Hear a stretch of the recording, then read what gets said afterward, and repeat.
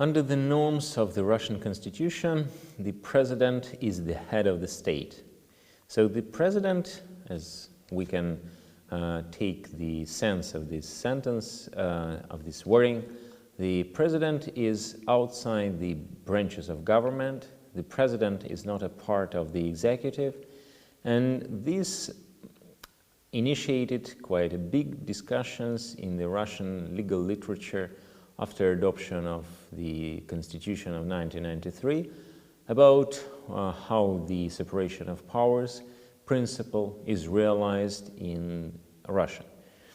The president is a part of the executive on the most of those powers which are granted to the president by the Constitution. And the actual work of the president is also very close to the executive, to the government. Unlike in the United States, the Russian system of government includes the cabinet, the collegium of the government, which is headed by the prime minister, by the president of the government.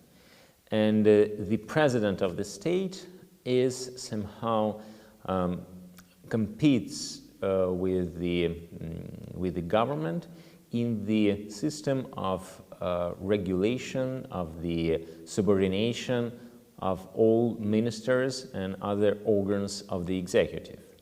So this two-headed system is quite flexible for some political situations, and this was quite obviously seen in the period of presidency of Dmitry Medvedev, when the prime minister was politically maybe not more weight, but quite a strong position in the system of government. So the distribution of powers between the president and the government was slightly different comparing to the system when the president, the president position is taken by Vladimir Putin. So we see that the system itself gives the political system the system of government gives the political system the chance to make it more adopted to certain political circumstances, but still, if we can suppose that both positions would be taken by strong politicians, this could be a real competition between these two in making the control over the system of the executive authorities. But during the past decades, during all these decades which passed since the adoption of the Constitution, the most of this time was the prevailing position of the president, who actually could control the government and the executive entirely. When we talk about the government under the Constitution, the president appoints all the government but the prime minister, which is also appointed by the president but with the consent of State Duma, of the federal parliament. Actually, the federal parliament in the period of presidency of Boris Yeltsin in 1990s was powerful enough and sometimes in the opposition to the president, and this was caused some difficulties in the appointment position, and nomination of president was not the end of the story for final appointment. But later, in the 2000s and 2010s, we see that there are no such situation. There were no opposition of the parliament to the president, and that's why the decision of the president was actually the final decision for appointment of the whole government. And this, of course, played the significant role in the control over the executive by the president. And today we see that the whole system of the executive is rather headed by the president than formally by the cabinet. When we talk about the reforms and when we talk about the executive, we of course should mention the administrative reform, which was announced in the Russian Federation several times, but the first announcement was in year 2003, when the president enacted a special decree declaring that the administrative reform should run for making new principles of activity for the whole executive authorities and the whole system of the executive authorities. This system should become more effective, and this system should be more people-oriented. So the idea of service state, the idea of making the executive to be responsible on the making an effective and efficient the services for the people, this was an aim for the administrative reform. But the other aim of the administrative reform was to get rid of administrative barriers for the development of the economy, and this was also a kind of effectiveness improvement in the system of the executive.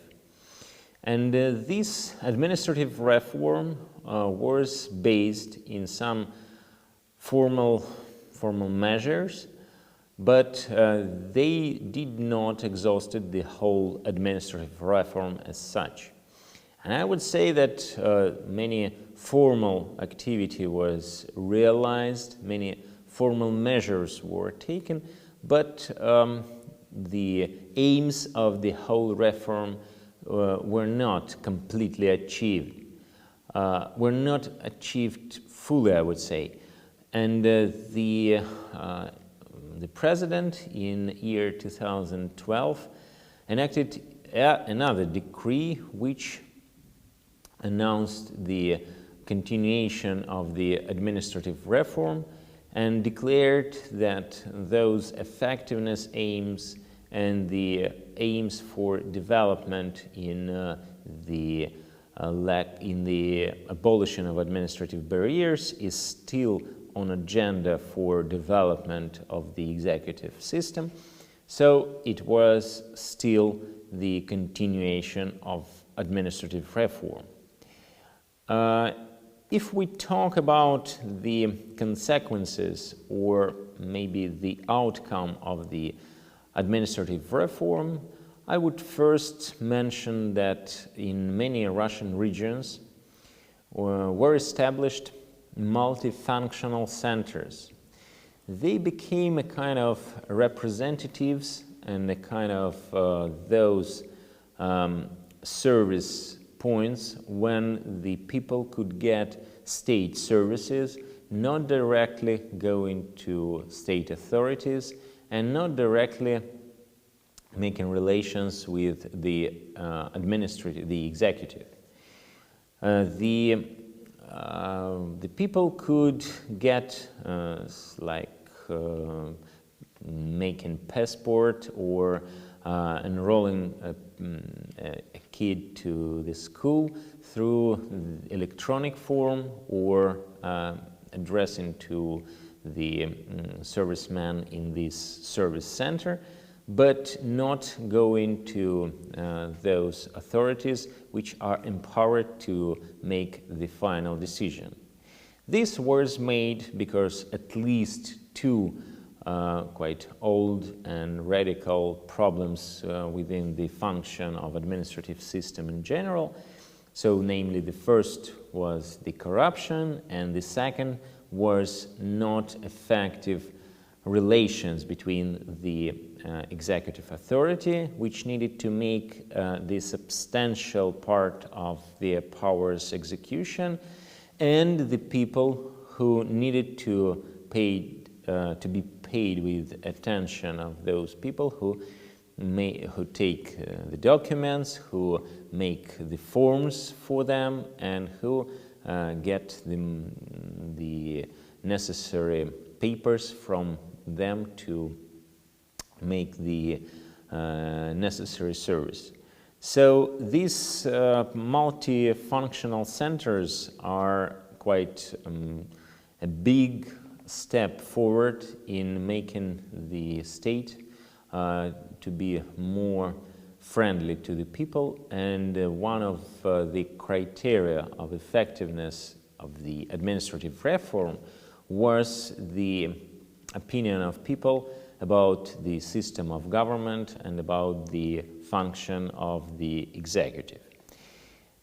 But I wouldn't be honest to not mentioning about other problems which are still on agenda in the Russian Federation, which concerns the executive branch of government.